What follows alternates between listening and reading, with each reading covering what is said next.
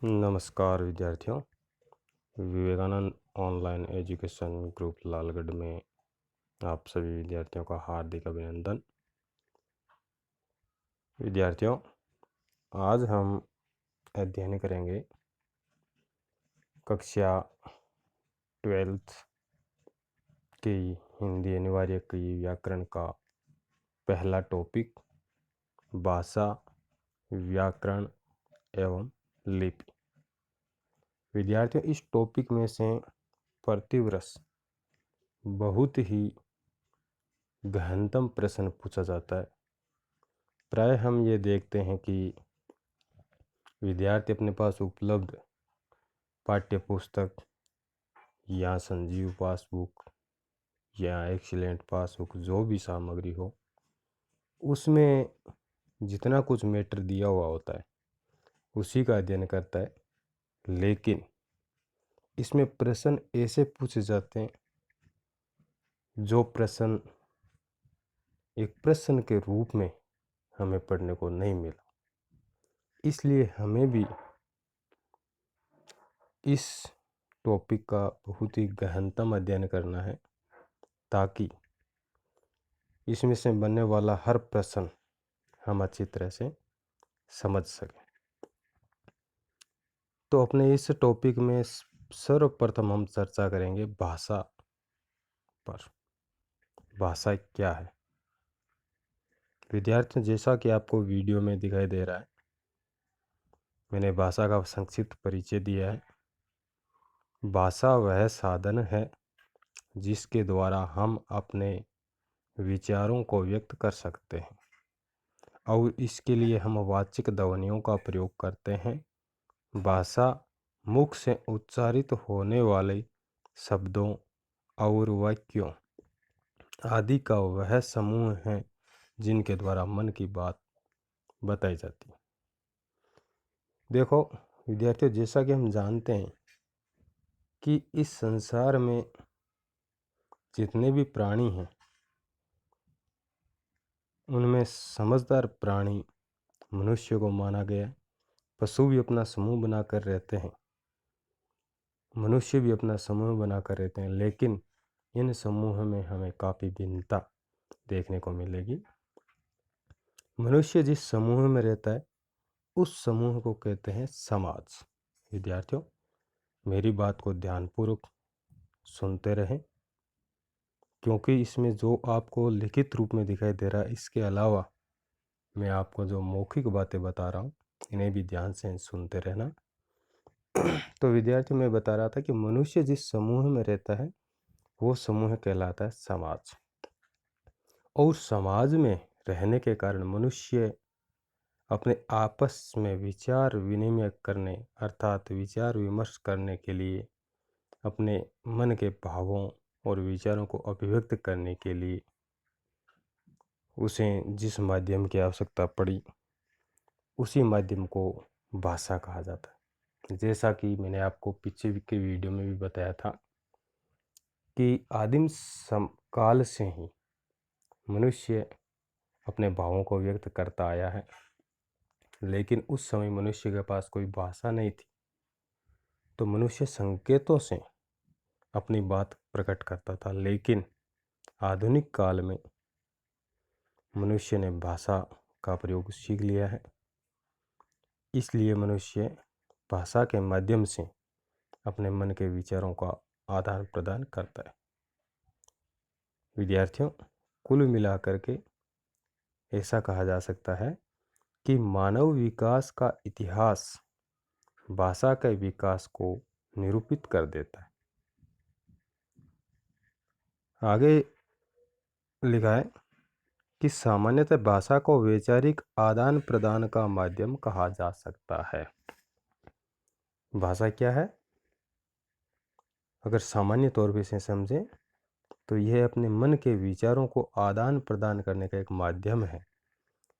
मेरे मन में विचार हुए, मैंने आपके सम्मुख अपने विचार प्रस्तुत किए, आपने मेरे विचारों को सुना, उन पर आपके क्या विचार बन रहे, आपने वापस अपने विचार मुझे बताए। इस तरह से हमारा परस्पर विचारों का क्या हुआ? आदान प्रदान। और इस आदान प्रदान का जो माध्यम हमने अपनाया वो माध्यम है भाषा। भाषा अभ्यंतर अभिव्यक्ति का सर्वाधिक विश्वसनीय माध्यम है। भाषा क्या है कि परस्पर दो व्यक्तियों के या दो समूह के बीच में जो आदान प्रदान कर रहे हैं उसका सबसे विश्वसनीय माध्यम बताया गया। यही नहीं, वह हमारे आभ्यंतर के निर्माण, विकास, हमारी अस्मिता, सामाजिक सांस्कृतिक पहचान का साधन भी है। अर्थात भाषा है ना, ये हमारे जीवन की हर एक भाग से जुड़ी हुई है। भाषा के बिना मनुष्य सर्वथा अपूर्ण है। आप देखिए, जो मूक बधिर होते हैं, जो बोल नहीं सकते हैं, वो अपने मन के भावों को प्रकट नहीं कर पाते हैं, तो उनकी स्थिति कैसी होती है? उनका चेहरा इतना मायूस होता है, उनके चेहरे पे क्रोध का भाव झलकता है। क्यों? क्योंकि वो अपने मन की बात को प्रकट नहीं कर पाते। वो संकेतों से कहते हैं, लेकिन आज का समय भाषा का है, संकेतों का दौर गुजर चुका है। इसलिए हम क्या करते हैं, उनके संकेतों को समझ नहीं पाते हैं, और नहीं समझ पाने के कारण वो मूक व्यक्ति झुंझलाहट उत्पन्न करता है। इसलिए भाषा को मनुष्य का सर्वप्रमुख अंग माना गया है। अपने इतिहास तथा परंपरा से विच्छिन्न है। भाषा अपने इतिहास और अपनी परंपरा से अलग है, हटकर गए हैं। अब इसमें जो प्रश्न बनता है उस प्रश्न से संबंधित चर्चा करते हैं। इसमें आगे हम पढ़ेंगे कि भाषा शब्द की व्युत्पत्ति। भाषा शब्द की व्युत्पत्ति, देखो, एक होता है उत्पत्ति, एक होता है व्युत्पत्ति। व्युत्पत्ति का अर्थ होता है विशेष उत्पत्ति।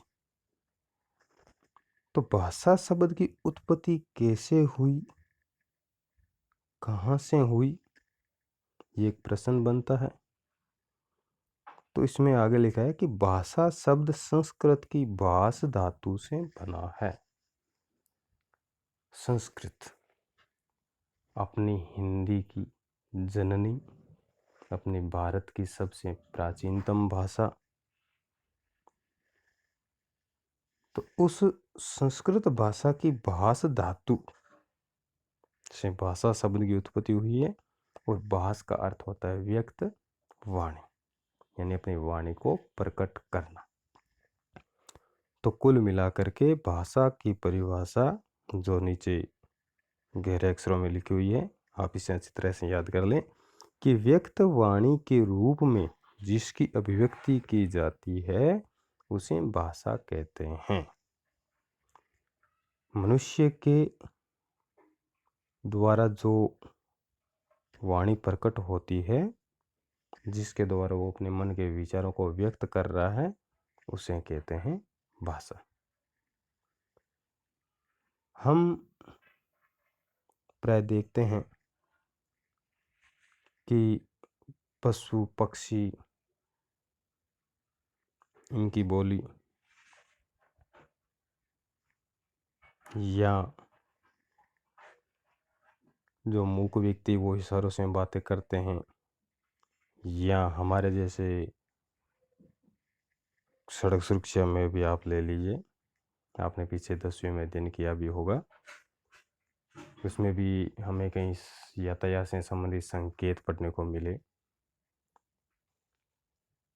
तो ये संकेत, ये भी क्या है, अपने मन के भावों को अभिव्यक्त करने का एक माध्यम है। अब है भाषा के रूप। आगे इसमें जो प्रश्न बनता है वो ये बनता है कि भाषा के कितने रूप होते हैं। तो भाषा के दो रूप होते हैं, एक होता है मौखिक, एक होता है लिखित। मैंने यहाँ पर संक्षिप्त में परिभाषा लिखी है कि साधारणतया बोलचाल की भाषा, मौखिक के सामने लिखा है। तो मौखिक भाषा किसे कहते हैं कि हम जो साधारण जो बोलचाल में जिस भाषा का प्रयोग करते हैं वो भाषा मौखिक भाषा कहलाती है। और दूसरा इसका रूप होता है लिखित। जब ध्वनि संकेतों को निश्चित चिन्हों या ध्वनि संकेतों द्वारा लिखकर अंकित किया जाता है, लिखित भाषा कहते हैं। विद्यार्थियों, ये तो परिभाषा एक सामान्य रूप से याद करने का है। हमें समझना है कि मौखिक क्या होता है और लिखित क्या होता है। हम अपने मन में जो भाव उत्पन्न होते हैं, उन भावों को एक भाषा का रूप देकर के ध्वनि के माध्यम से हम प्रकट करते हैं। तो वो होती है मौखिक। और हमने जो भाव प्रकट किए, उन्हें या तो किसी निश्चित चिन्हों से, यानी कोई वर्ण का स्वरूप प्रदान करके, या फिर कोई विशेष चिन्ह अंकित करके हम दर्शाते हैं, वो लिखित भाषा होती है। जैसे परीक्षार्थी उत्तर पुस्तिका पर प्रश्न हल कर रहे हैं, इसलिए वे भाषा के चिन्हों का प्रयोग कर रहे हैं, अतः ये कौन सी भाषा हो गई? लिखित। जैसे मान लो एक तो कोई वक्ता है, वो सभा में खड़ा होकर के अपना भाषण सुना रहा है, तो वो उसकी भाषा कौन सी हो गई? मौखिक भाषा। और उसकी भाषा को सुनकर के कोई एक लेखक है, वो उसे एक स्वरूप प्रदान कर रहा है, वो उसे लिख रहा है, तो वो क्या बन गई? लिखित भाषा। इसमें सामान्य सा प्रश्न बनता है कि भाषा के कितने रूप होते हैं, समझाइए। तो जैसा कि आपको वीडियो में जो परिभाषा दिखाई दे रही है, ये परिभाषा सामान्य तौर पे आप याद करें और इसे आप उत्तर में दर्शा सकते हैं। आगे हम पढ़ते हैं कि मौखिक एवं लिखित भाषा में अंतर। भाषा के जो दो रूप हमने पढ़े, उन दोनों रूपों में अंतर क्या है, बिल्कुल इस संक्षिप्त में मैंने यहाँ पे आपको दर्शाया है। आप ध्यान से समझिए और परीक्षा में विस्तारित रूप से उत्तर लिखने का प्रयास करना है। तो मौखिक भाषा क्या होती है? मौखिक रूप से बोलने पर वाक्य छोटे छोटे होते हैं, जबकि लिखित रूप में बड़े होते हैं। आप अपने इस वीडियो के उदाहरण को ले लीजिए। मैं जो बोल रहा हूँ, जैसे मान लो मैंने एक लाइन बोली है कि मौखिक रूप से बोलने पर वाक्य छोटे छोटे होते हैं। आप इसमें ये देखिए कितने सेकंड का समय लगा, और इसी वाक्य को सुनकर के आप लिखिए, फिर आप देखिए उसके लिखने में कितना समय लगा। तो इस तरह से मौखिक का रूप तो हो गया छोटा और लिखित का स्वरूप हो गया बड़ा। संस्कृत का एक प्राचीन ग्रंथ है कादम्बरी, उसमें तो आपको एक एक पृष्ठ में लिखे हुए वाक्य मिलेंगे। वहीं मौखिक और लिखित में दूसरा जो अंतर है वो क्या है कि मौखिक भाषा स्वाभाविक होती है, जबकि लिखित भाषा कृत्रिम होती है। कैसे? जैसे मान लो मैं जो कुछ भी बोल रहा हूँ, मेरी भाषा मेरी प्रकृति के अनुकूल है, मेरे वातावरण के अनुकूल है। हम यहाँ से कुछ दूरी पे जाएंगे, वहाँ की बोली में हमें कुछ अंतर मिलेगा, और आगे जाएंगे उसी सेम बात में बोलने में हमें अंतर मिलेगा। जैसे मान लो मैंने बोला है कि मैं जयपुर जा रहा हूँ, यहाँ से हम आगे जाएंगे तो इसी सेम वाक्य की आवृत्ति में हमें काफ़ी भिन्नता मिलेगी। तो हर प्रांत में, हर क्षेत्र में उनकी प्रकृति, उनके वातावरण के अनुकूल हमें मौखिक भाषा का स्वरूप मिलेगा, जबकि लिखित का स्वरूप है वो कृत्रिम ही है।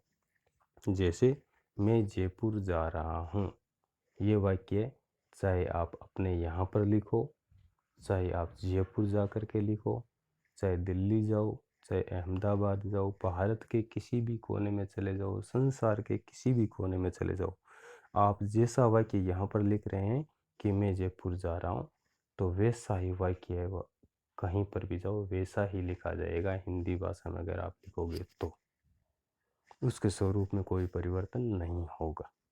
जैसा जयपुर नाम हम यहाँ पर लिख रहे हैं वैसा ही जयपुर नाम हम कहीं पर भी जाकर के हिंदी भाषा में लिखेंगे तो वैसा ही लिखा जाएगा। उसके स्वरूप में कोई परिवर्तन नहीं आएगा। इसी तरह से इसका तीसरा जो अंतर है वो है कि मौखिक भाषा पर स्थानीय बोलियों का प्रभाव रहता है। जैसे मान लो सपोज करो अपना एक ग्रामीण क्षेत्र है, हम यहाँ पर हिंदी भाषा अगर बोलेंगे तो हमारी हिंदी भाषा के साथ साथ क्या होगा, अपनी राजस्थानी अपनी मारवाड़ी भाषा है वो बीच में आएगी। कुछ शब्द ऐसे आ जाएंगे जो अपनी स्थानीय भाषा के होंगे, अपनी स्थानीय बोली के होंगे। पंजाब चले जाइए, वहाँ के लोग जब हिंदी बोलेंगे तो उनमें पंजाबी भाषा का असर दिखेगा। जम्मू कश्मीर चले जाइए, वहाँ जब हिंदी बोलेंगे तो वहाँ पर उनकी डोगरी भाषा का असर देखने को मिलेगा। कहीं पर भी चले जाइए, जहाँ भी हम जाएंगे तो वहाँ की स्थानीय जो बोली है उनका प्रभाव उस भाषा पर ज़रूर दिखाई देगा। लेकिन लिखित भाषा पर ऐसा कभी नहीं होता है। जैसा हम यहाँ लिख रहे हैं, चाहे जम्मू कश्मीर जाएं, चाहे पंजाब जाएं, चाहे दक्षिण भारत में जाएं, चाहे पूर्वी भारत में जाएं, लिखित भाषा के स्वरूप में कोई अंतर नहीं होगा। आगे दोनों भाषाओं में जो अंतर है, 4 नंबर पॉइंट, मौखिक भाषा परिवर्तनशील होती है जबकि लिखित भाषा स्थिर होती है। मौखिक भाषा में परिवर्तन होता रहता है, बोली में उतार चढ़ाव, गुस्से से बोलना, प्यार से बोलना, रोते हुए बोलना, हंसते हुए बोलना। लेकिन लिखित में कोई उतार चढ़ाव नहीं होता। वहीं अंतिम जो अंतर है वो है कि मौखिक भाषा में ताजगी बनी रहती जबकि लिखित भाषा है उसमें रूढ़ और प्राचीनता बनी रहती। आप ये देखिए कि जब से भाषा की उत्पत्ति हुई है तभी से ले लीजिए, जैसे कै, सर्वप्रथम कै को जिस रूप में लिखा गया वैसा ही रूप आज विद्यमान है और आगे भी वैसा ही लिखा जाता रहेगा, हमारी ये आशा है। इस कै के स्वरूप में कोई परिवर्तन नहीं आएगा। तो इसमें तो ये रूढ़ी होगी, जैसा रूप था वैसा का वैसा बना रह गया। लेकिन मौखिक भाषा में अंतर आ जाएगा। अपने यहाँ पर बोलने का ढंग अलग होगा, कुछ दूरी पे जाएंगे तो उनके बोलने का ढंग कुछ अलग होगा। तो विद्यार्थियों, आज के इस टॉपिक में इतना ही, आगे हम कल चर्चा करेंगे।